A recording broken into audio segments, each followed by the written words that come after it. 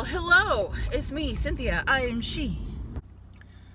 Ugh, my gland is swollen. My left gland is swollen. You know who I discovered? He's got 66 million subscribers, but I just discovered him. I've heard about him, kind of like the Jake Paul thing. PewDiePie. PewDiePie doesn't just do gaming anymore. He is funny. He's a funny dude. The Renaissance Fair is this weekend. If I can remember to go, and then if I can remember to record stuff. Record myself having a good time. That'll never happen. I just record other people having a good time. The sun is being nice today. You can see my face. You probably wish the sun was shining, but that's okay. It's 7 o'clock. Oh, we have like one strip of cloud in the sky. That's perfect for me. I like it a lot. I need to keep TikToking.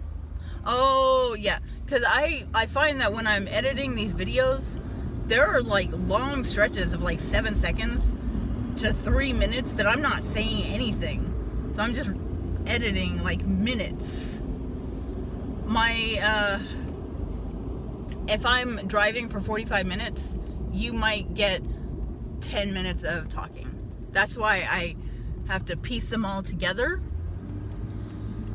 Piece vlogs together, because there's no talking. It's just me saying the mass of what I want to say, and then I don't say anything until I think of something else to say, which, like Zelda said, people, I didn't take it as her throwing shade at YouTubers at all, but when you meet like someone like me in real life, I am very shy. So this that you see here, the chit-chatting, I don't talk a lot in real life, but I am always thinking. So when I turn the camera on, it's my chance. And I also find that the people that I'm surrounded with don't care what I have to say in real life. I'm not even kidding. Like Mark never listens to me. The guys at work, they could care less. They just want to make fun of everything I have to say. So I don't really talk a lot in real life. And then when I'm around people that I love and like Zelda, I want to listen to what she has to say. So I don't talk a whole lot. I want to listen and absorb everything. And yeah, so it's not all chit-chatty in real life for me. Because I'm used to not talking, because I'm used to people not caring what I have to say. Not listening, just have their own agenda, whatever.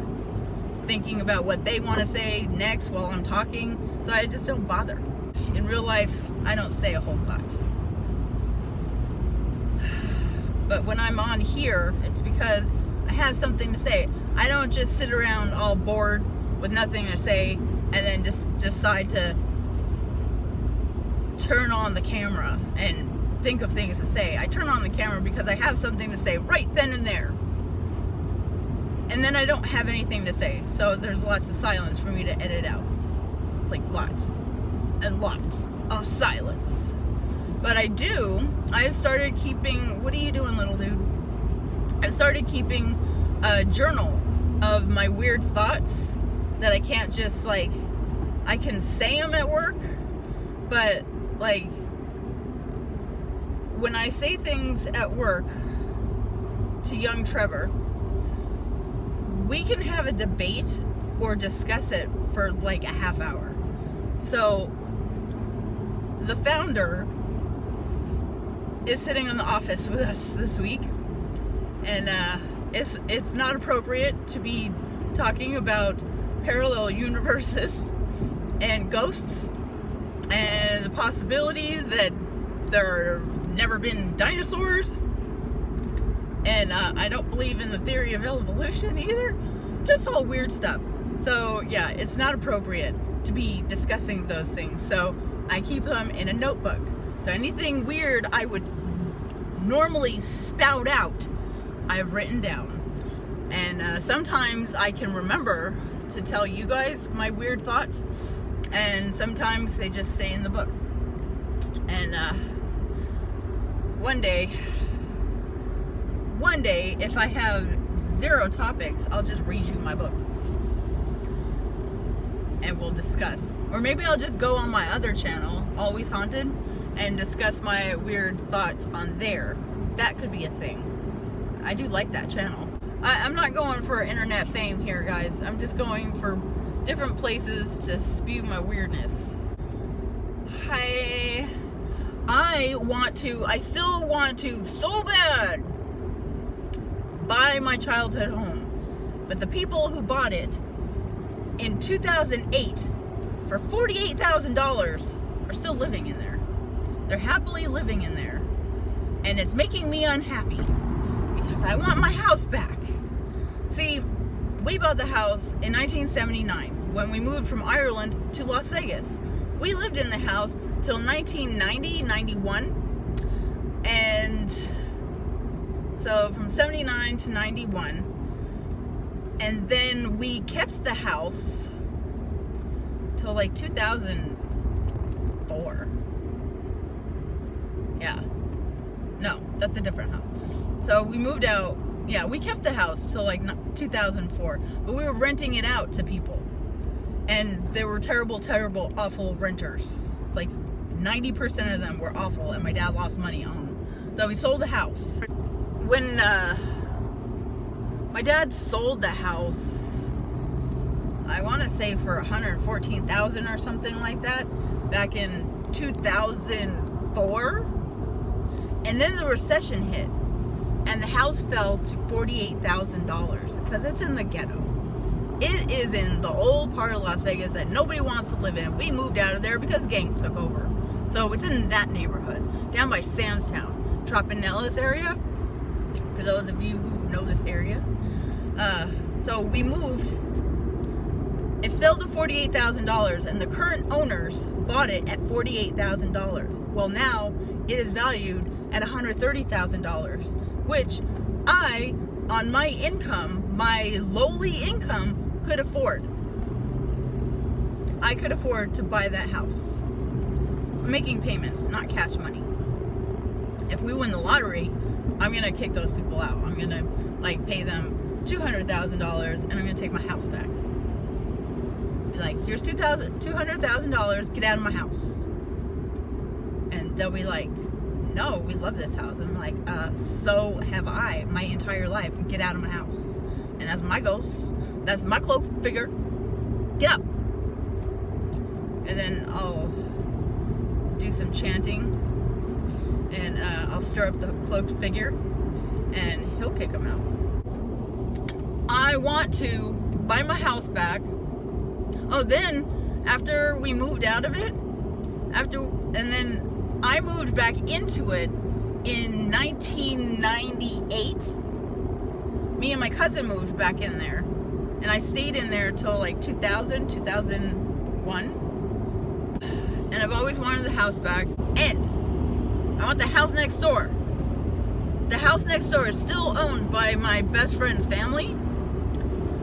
But when our aunt, she's technically not my aunt, she's Lisa's aunt, but she's kind of my aunt too because I've known her my entire life since I was 4. When, God forbid, she passes away, she's like 100. Rafaelito will own the house.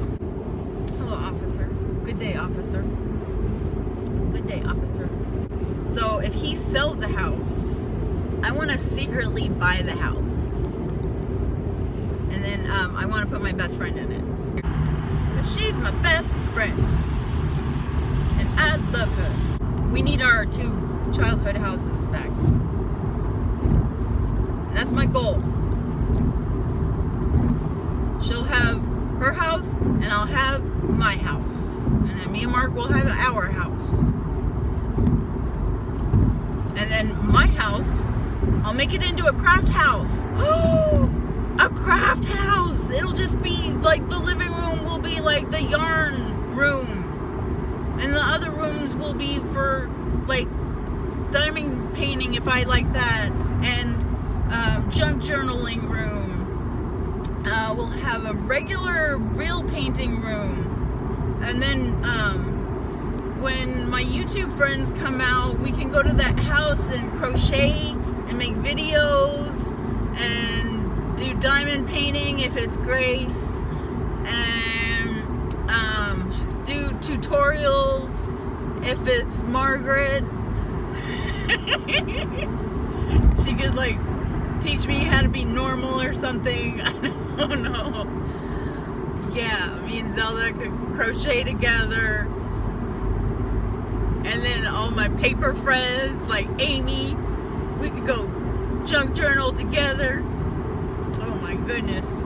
Oh, it could be a craft house. And then people would say, who lives in that house? And they'll say, you mean the craft house? And they'll be like, there's a crack house? And they'll be like, no, not a crack house, a craft house. And they'll be like, Craft owns that house? And they'll be like, no, a craft house. And they'll be like, forget it. Forget it. You'll never understand. It's a craft house where you do crafts. Like, what kind of crafts? I don't know, painting, crocheting, scrapbooking, junk journaling, you name it, crafts. Oh, can we go in there? No, you can't. And that is a whole conversation I just had in my head with people that don't exist. I don't remember driving this far. Luckily, I'm still on the path to go to work. I don't remember driving all of this way. I've been living in my old neighborhood this whole time. 21 minutes into the drive. No clue how I got here. So, oh, it's stop and go traffic, eh?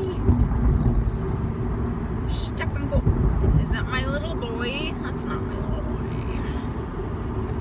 My little boy drives a Hyundai.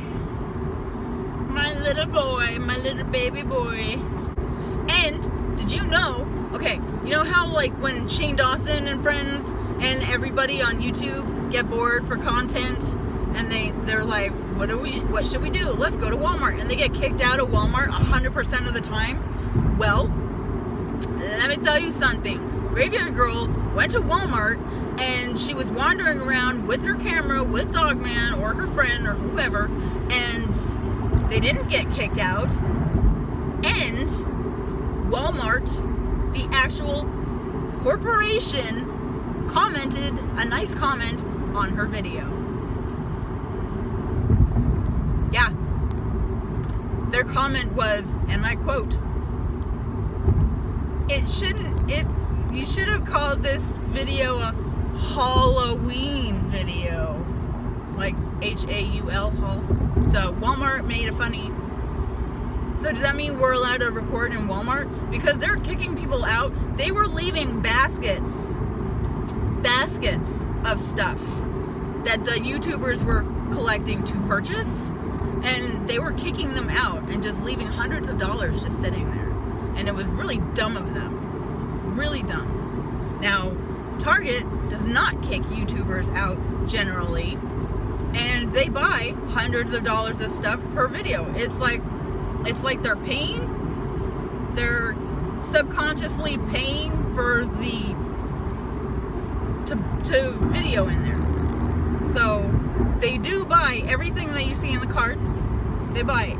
It's not like they load up their cart and then they just dump it all. They buy the stuff. So when the store managers are kicking them out with carts of stuff, see, I would never go back to that place again.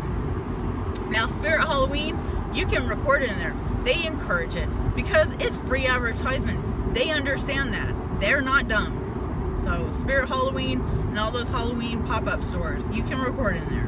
But you only need to go in there once. I don't think Graveyard Girl has gone there this year. That's weird. That's strange. Why did she just stop going there? I just realized that. Nobody's been going there. Come to think of it, I don't see a Spirit Halloween this year. I only see Halloween City. But I need to get over so I can go to Walmart. And this trip is 100% Graveyard Girl inspired. Because of a haul video that she had. I just went to Walmart. And I can't show you my haul because I'm at a late. But I find that when I go shopping before work, I don't feel like my whole life is work. Does like when I go straight from home to work and then straight from work to home, it feels like, oh my God, all I do is work. I don't have a life.